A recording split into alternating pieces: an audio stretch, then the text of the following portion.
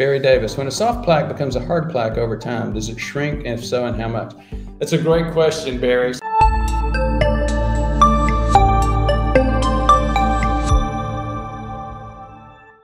By far, my most popular video is a video where I actually demonstrated I had a significant decrease in my own plaque.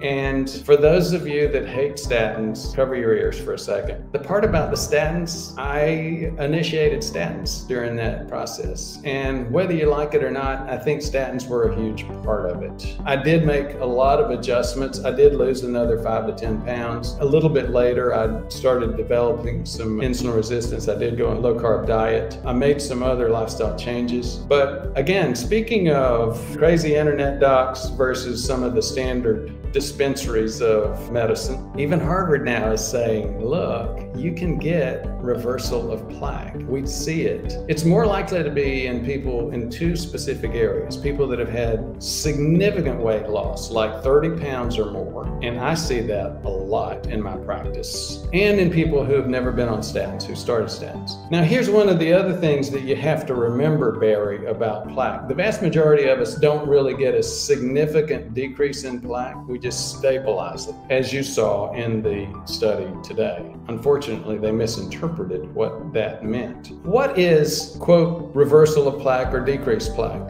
For the most part, I don't think it's really pulling LDL out of the plaque, out of the artery wall. For the most part, it's loss of the fluid and the inflammatory cells that are in soft plaque. And that's exactly what happens when you stabilize the soft plaque. First of all, soft plaque has LDL in it, but it also has inflammatory cells. The bottom line is soft plaque is inflammatory. It's got inflammatory cells, T cells, mast cells, immune cells that are releasing what we call cytokines. Cyto meaning cell, kine meaning attractants. So what they're doing is attracting more inflammatory cells. Your typical soft inflamed plaque has a lot of fluid in it from this, as well as a lot of those inflammatory cells. As you stabilize that plaque, you lose that body fat, you decrease your hemoglobin A1C, you decrease your triglycerides over HDL ratio, you start getting back into shape. You can lose some of the IMT, although it's rare, you can do that, and I did that with my own self. So I hope that helps, Barry.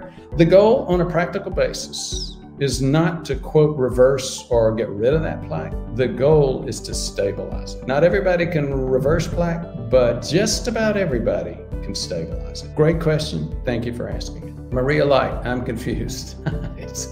I'm sorry that you're confused, and pardon the laughter. You're not the only one. A lot of folks are confused. Obviously, the authors were confused because their perspective is, well, the more calcium, the more cardiovascular risk. Well, not so fast for the reasons that we discussed.